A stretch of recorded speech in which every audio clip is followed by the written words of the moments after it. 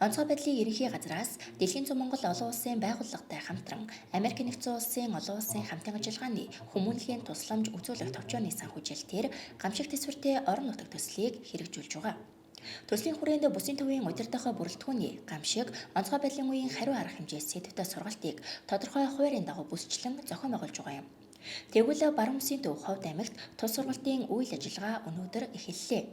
Гамшиг онцгой байдал үүссэн нөхцөлд бүсийн төв шуурхай хариу арга хэмжээ авах, ослон үеийн удирдлагын системийг нэвтрүүлэх, гамшигын үед олон улсад дагаж мөрдөдөг баримт бичгүүдийн талаар ойлголт өгөх, гамшигтай тэмцэх бэлэн байдлыг хангуулах, нэрвэгдэксдэд анхны тусламж үзүүлэх үйл ажиллагаанд онцгой комиссийн гишүүдийг сургаж дадлагжуулахыг гол зорилгоо болгожээ. Гол асуудал бол аймгийн онцгой комиссийн гишүүдийн бэлтгэл бэлэн байдлыг хангах, гамшигаас хамгаалах, шинэ мэдээлэл өгөх. Тэр тусмаа гамшиг ослын голомтод хүүхдийн эрхийг хамгаалахтай холбоотой олон улсын стандарт журамтай холбоотой асуудал ийм мэдээлэл өгөхөөр энэ сургалтыг зохион байгуулж явуулна. Гамшиг осол тохиолдсон үед хүүхдийн эрхийг хамгаалах, хүүхдийг хүчирхийлэлд өртүүлэхгүй байх, хүүхдийг хүмүүнлэгийн тусламж тэгш олгох, тэгш хүртээмжтэй байлгах гэх мэтлэнгийн олон улсын стандарт байдаг.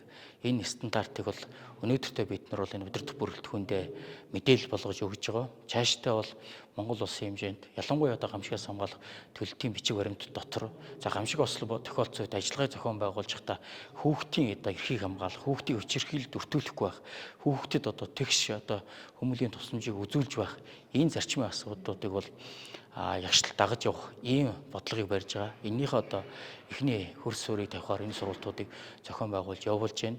Хоёрт нь удирдах бүрэлдэхүүний хувийн бэлтгэл бэлэн байдлыг хангахтай холбоотой бас тодорхой энэ аран заны бэлтгэлтэй холбоотой тусламжийг бас үзүүлж байгаа.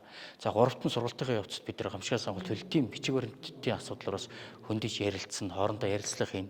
Мөн удирдах бүрэлдэхүүний бие биелдэр болон сэтгэл зүйн бэлтгэлтэй холбоотой бас тодорхой биеэр их дасгал сургуулийг зохион байгуулах гэх мэтлэнгийн олон асуудлыг ийм 3 хоногийн сургалтыг зохион байгуулж явуулнаа. Өнөөдөртөө бол бид академик сургалт буюу онлайн сургалтыг зохион байгуулна. Энэ хүрээнд гамшигын удирдлага, ослын үеийн удирдлагын систем гэж юу хэлээд байгаа.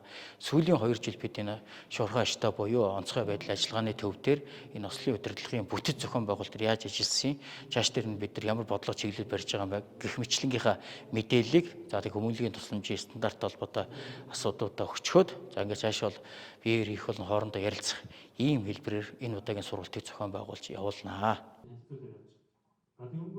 Сургалтад аймгийн онцгой комиссийн гишүүд хамрагдаж байгаа бөгөөд сургалт онол арга зүй, олон улсын хүмүүнлэгийн стандарт, онцгой комиссийн гишүүдийн хувийн бэлэн байдлыг хангуулах дадлага, гамшигын үед үүрэг гүйцэтгэх хээрийн дадлага гэсэн чиглэлүүдээр явагдаж байна. Энэ сарын 24-ний хүртэл үргэлжлэх тус сургалтыг онцгой байдлын ерөнхий газрын гамшигаас урьдчилан сэргийлэх газар, Дэлхийн зүүн Монгол олон улсын байгууллагын гамшиг төсвөртэй орон нутаг төсөл, Монголын улаан загалмай нийгэмлэг хамтран зохион байгуулж байгаа юм.